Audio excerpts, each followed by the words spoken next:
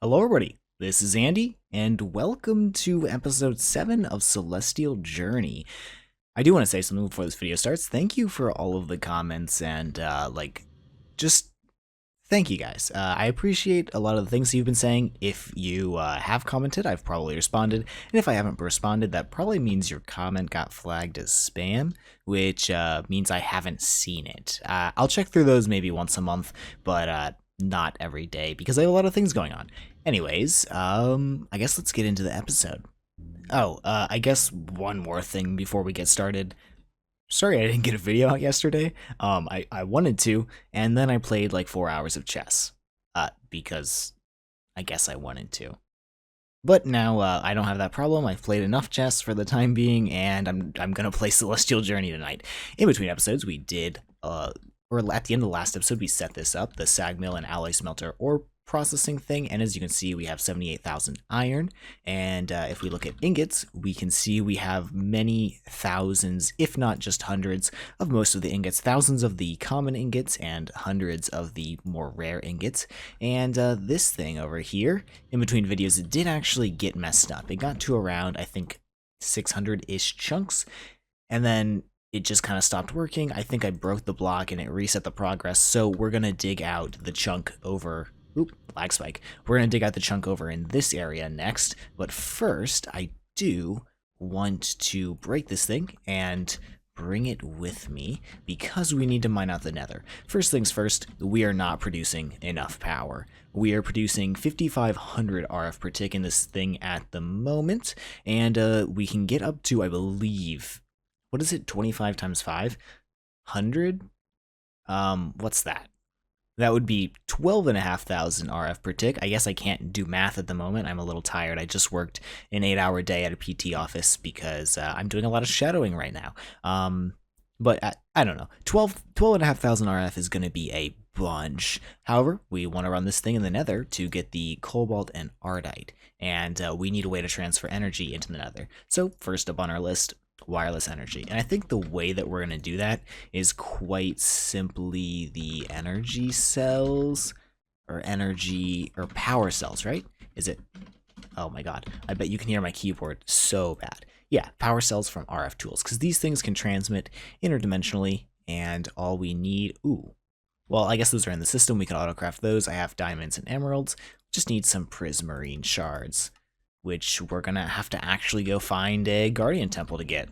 You know, these temples are one of those things that you find a million of them if you're not looking for them at all, and then they're impossible to find when you actually want to find one. We have this huge ocean right next to our base, though, so I can just kind of search through here and see if there's one around. It looks like we're kind of crossing over into not ocean territory, though, so I might have to go back in this direction. I'm kind of hoping one will just pop up. Oh, look! A village. What kind of village is this? Is this a... Oh, it's a Vibrant Journey style village. Is this a Vibrant Journeys biome? No. This is just a beach. Or maybe... Oh, I guess it's palm wood. It's on a beach. That's pretty cool. Huh. I don't think I've found a village yet, actually. Let's go ahead and mark this. And then we can continue our search. And we've traveled far enough that I've found an ice spikes biome. These things are quite rare, but also, like, kind of really cool. I would never live in one. They're not really inhabitable, and they have this packed ice, is it? Yeah, all over the place, but it's a nice, very interesting looking biome, and I'm kind of happy we found one. I don't know why. We're never going to come back there. I guess one upside of this place is I know where to come to find blizzes. Hey, look, I think another ocean's right here. Also, I found a million of those applied energistics meteors. It might just be because I can travel so far with my jetpack now, but they seem to be very common. Okay, to find a guardian temple. I know you probably can't see this very well, but they do spawn randomly in the world. I don't think I can make a spawner of any type. Powered spawners are heavily gated because we need powered spawners to spawn a lot of bosses or mobs that we'll need a ton of, but I don't think I'm at the point where I can actually make them. And if I can, I think I have to progress a little bit further in Divine Journeys. Where'd he go? How did you get all the way over there? Die. Okay, I think I got... Is that Oh no, I only got 3. I need to kill 1 more. Oh, hey. Get over here, buddy. Come on. Give me your stuff. And 5. That's enough for 2 energy cells, which is enough for me at the moment. I actually need more slime balls, and I collected these purple slime saplings a little while ago, but I forgot to get the slimy dirt, so, you know, we need a couple of these, and I should just be able to... Why are there normal trees up here? That's really weird. Also, I didn't realize there's another slime island right here. I think I might, for the moment, instead of growing more trees, just steal all of the slime blocks from this guy.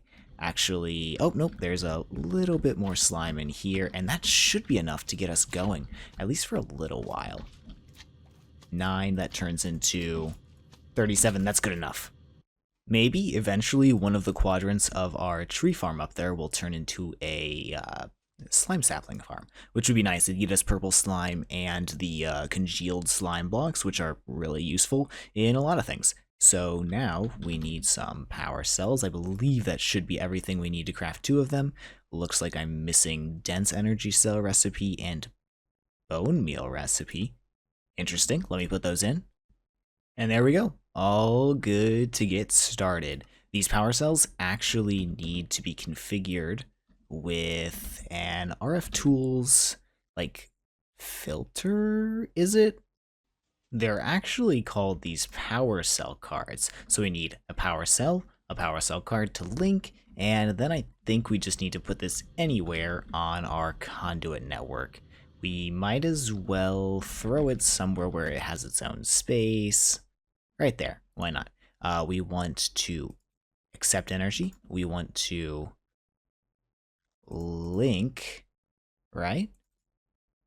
How do you link? So apparently how you link is you put one here, and then you put it here, and then you leave it in there, I think. Oh wait, no. That unlinks it, and then we do that, and then that, I think. And now we have ID of 3, which means maybe if I put this here and link it to that, or that? What? That? Out? How does this work? Okay, I guess you link it like that, and then you leave the link card in here, and then you put the other link card in there, I guess. And if you ever want to link it to the same channel as the one the power cell is on, you just throw it into here. Okay, we should never have to link another channel or those again because those power cell cards are already linked, and we can just use the same network for everything. So I went ahead and made another filter because we need to filter for only Ardite and Cobalt, and I'm going to go ahead and cheat myself in a piece to set the filters because I don't actually have any right now, and what's the point in mining it up? Like, I could just set the filter like that, and it says whitelist mode, which means we should be able to go into the Nether and set our builder. So we'll dig the same dimension as the other one, and since we are only digging those 2 items, it doesn't really matter where we dig. We're not going to destroy anything like our portal or something because we're trying to mine obsidian. We're literally just looking for Ardite and Cobalt, and then we have this, and we want it to go up to 255. Why not? Let's mine the entire Nether because Ardite and Cobalt do spawn in the entire Nether, and we should just be able to say go.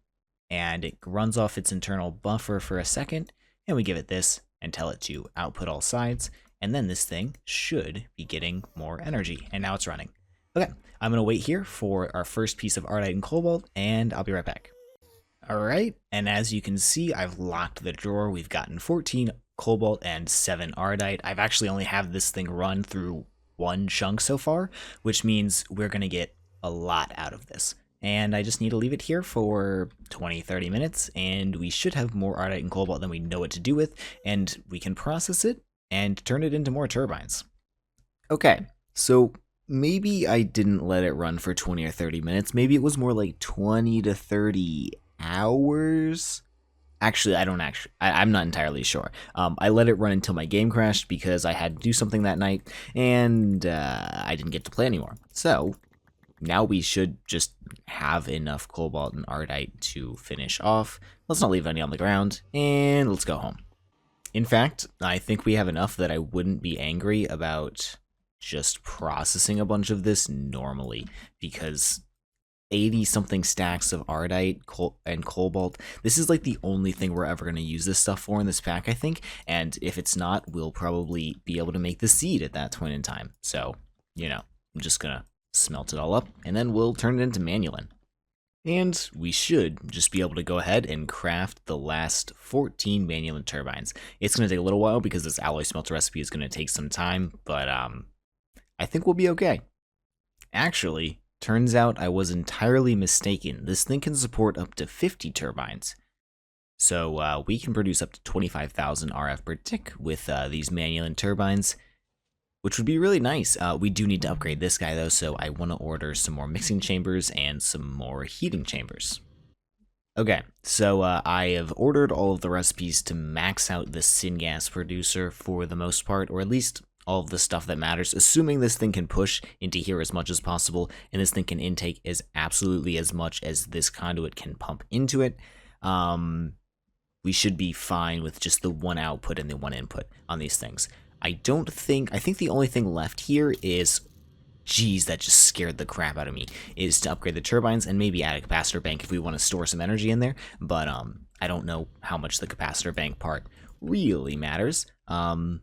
So yeah, once we can produce at full rates on this thing, I think we can support like 1.5 of these turbines.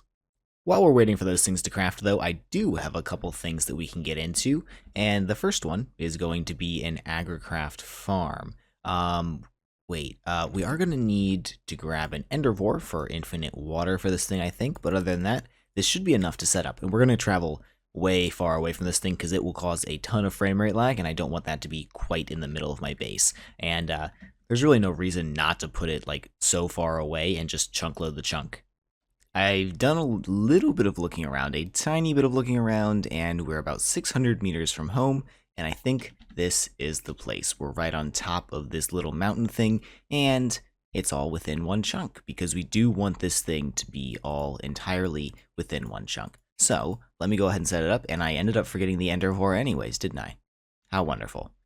Okay, so here's the biggest farm we can manage for the time. It's a 7x7 centered on this block right here. And we need to provide all of these guys with water, and we want to do that infinitely. So we're going to use an endervore, and then we'll pump water into a couple of these tanks probably. I guess we could do 2 endervores, and I forgot fluid conduits anyways, but these things are infinite water sources. As I've said multiple times, you pump water into the tanks, it pumps water into the irrigation channels, which pumps water into the sprinklers, and it'll keep all of these things sprinkled.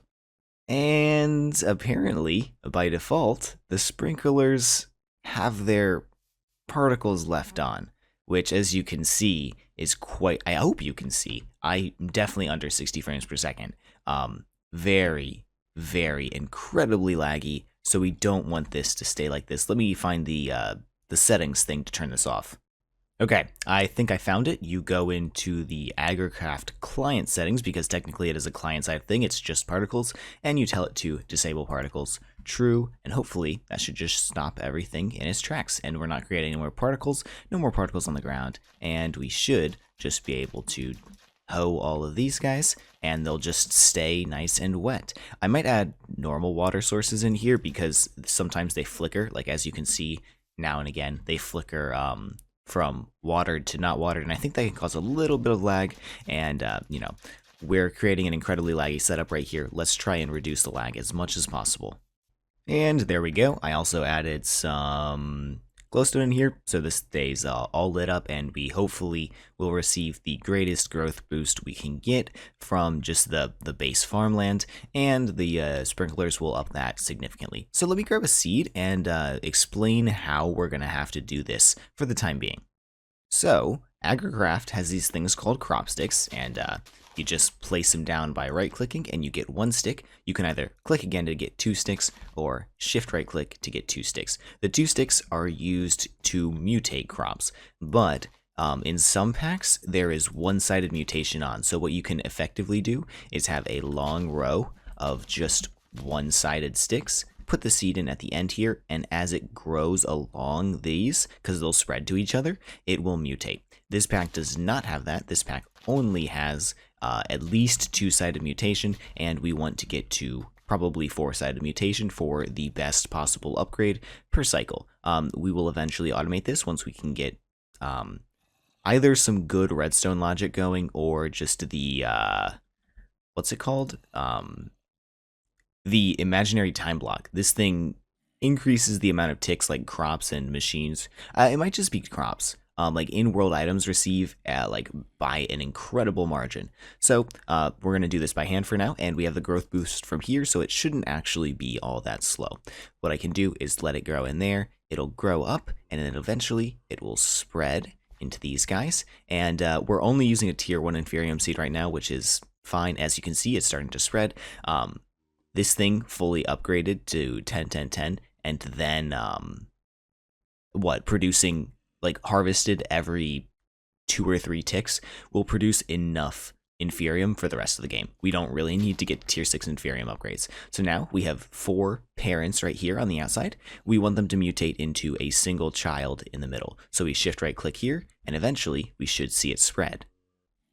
And as you can see, it spread into the center. I missed the actual thing because this can take a wildly long amount of time, and it can be completely random. Sometimes it's completely, like, immediately, and sometimes it just takes forever. So that's going to be the issue with automating this without the imaginary time block. We're going to have to let these cycles take way longer than they might, just so we have a like 99.9% chance that we have correctly like assumed that the center block has grown. So I don't know why I just broke that. I need to put this guy back. Oh, it just, see, look how fast it is. It just made a new, oh, it spread. I didn't shift click. Anyways, we have this guy in here now. We break the outside seeds. They should all be exactly the same, and this is the new seed. And now we want to let it spread to the outside again, and it should do that very quickly. The spreading into the single sticks is very fast, and we can just repeat that cycle until we get a 10, 10, 10 seed. I believe using the 4-parent method of breeding in Agricraft, it only takes around 10 cycles to get to a 10, 10, 10 seed. And I keep saying the words 10, 10, 10. I don't think I've explained what they mean yet. Basically, there are 3 stats for each Agricraft seed. We can figure them out using the seed analyzer, or I guess you could go into like the metadata, but like we don't want to read that. That's kind of annoying. And as you can see, this seed is 3, 3, 2 on growth, gain, and strength. Growth is the speed, or yeah, I think growth is the speed at which it grows. Gain is the amount of like percentage grown. It grows per growth cycle, and strength is its resistance to like weeds and stuff like that. I think it does one other thing, strength, but I can't remember what it is. So if we analyze these 10 seeds right here, what we should see is that they're all 1, 1, 1 seeds, or at least very close to that. Yeah, 1, 1, 1 seed. So this is our second cycle seed. As soon as this grows, we'll have a third cycle seed. Oh, I just remember the other thing that strength does. You can use clippers to get these little clippings of seeds. I don't know why you'd ever really want to do that. I guess it's a way to transfer seeds from one place to another, and it'll keep the seed stats. Oh, look, this thing, it grew. Strength, if you have a 10 strength seed, I believe it will always give you a clipping. The lower the strength, the lower the chance that you don't get a clipping. Or, oh, no. It's not get a clipping. It's chance that the clipping will take in crop sticks. Like, if you have 10 seed, it'll always put the clipping into the crop sticks and the seed will be there. If you have a 1 seed, like 90% of the time, it's not going to take, and you're just going to lose the clipping. Yeah, not really important. Okay, I've kind of wasted my time doing all this, but there is a non-zero chance that this is the seed that is 10, 10, 10. As you can see, last time we had 10, 10, 8. Maybe the strength can gain 2 and 1? No, it gained 1. So we need, I think, just 1 more cycle.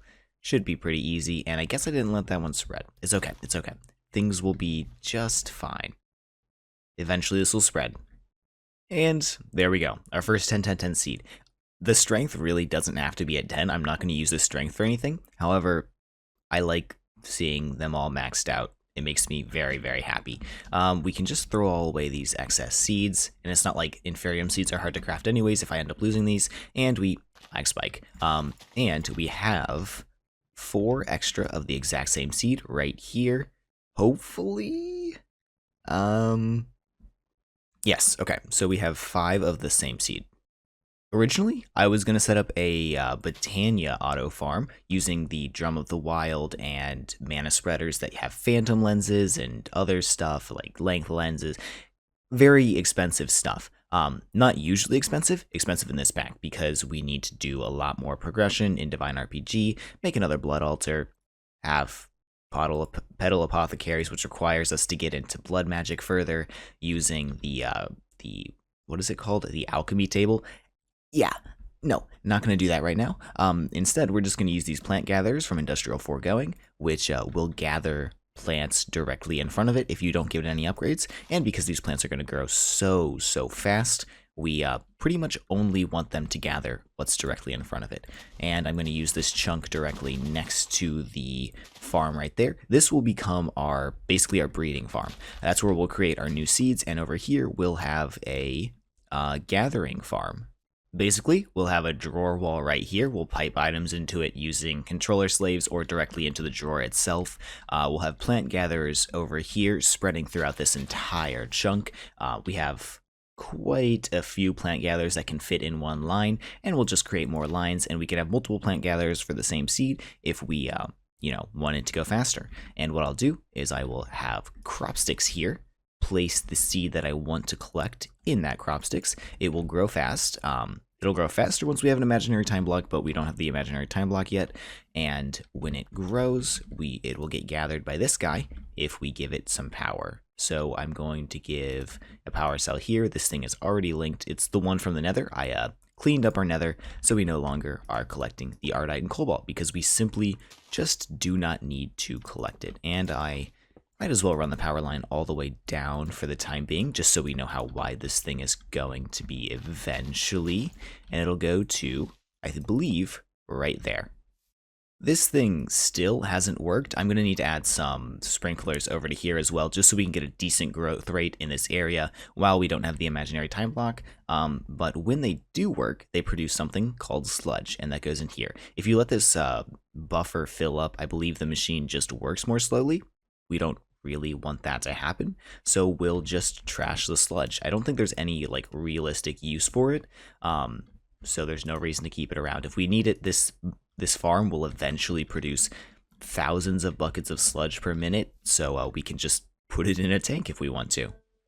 We also need to pipe items out of the plant gatherer into the drawer wall, of course, so we're just going to put conduits on top probably, because we're getting blocked here a little bit. We can't put condoms. We can't put conduits on the backside, and that should be good. We'll just run the line all the way across the top, and that is basically the end of our setup. We don't want this to connect here, but we'll insert on brown, extract on brown here, extract on brown here, and say, hypothetically, that we got a little bit of Inferium Essence now. We want to shove it... Oh, wait, no. We don't want to shove the essence directly into here. We want to shove this into a crafter. I need to go home and grab the crafter that I crafted up. We want to shove directly into a crafter. I made a tier 3 one because if you're going to make the tier 1 one, might as well make the tier 3 one. And we need to put our Inferium Essence in there, tell it to remember that Inferium Essence goes in here so it never gets jammed, and then we tell it the recipe that it needs to know.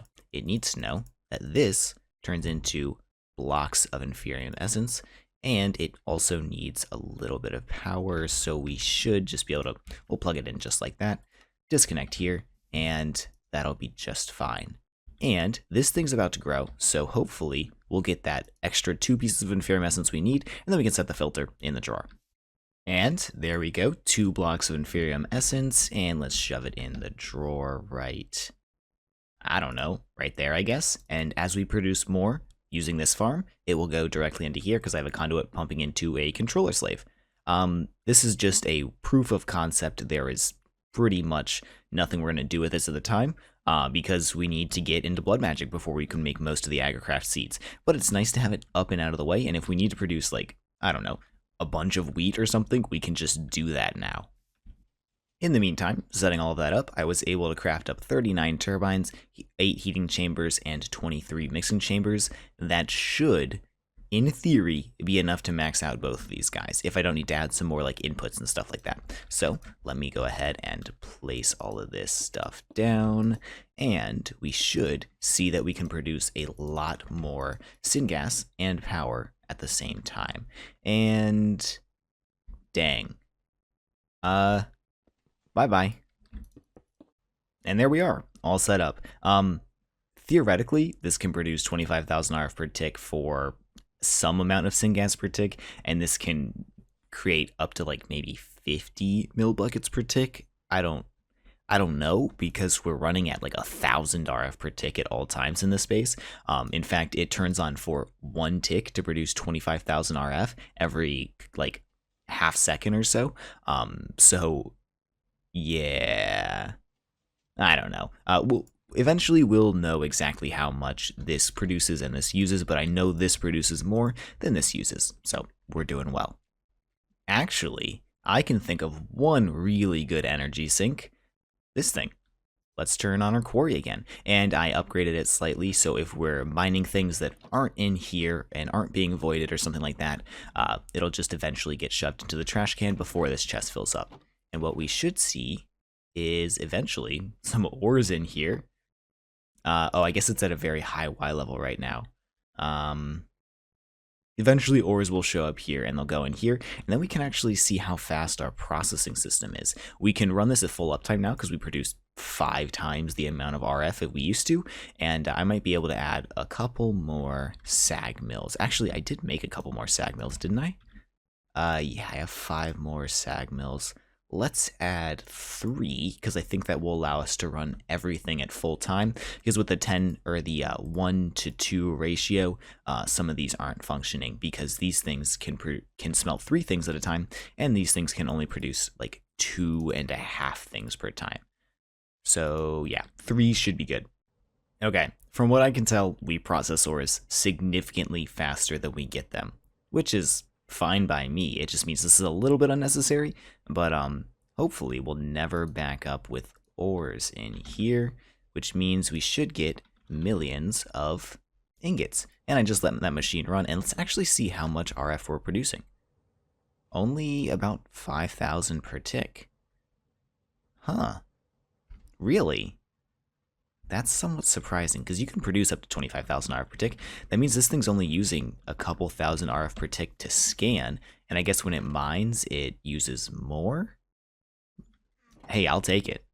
To finish off the episode, let's get into blood magic just a little bit more. We want the 2nd tier blood orb that requires 5,000 life essence and a qubit thing here.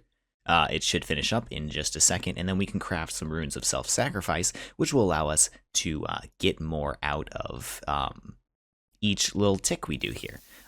So I need to bind this to myself with one little smack, and what we should be able to see is this will craft me the runes of self-sacrifice right here. Okay, 2, 3, 4, perfect. That's how many I want.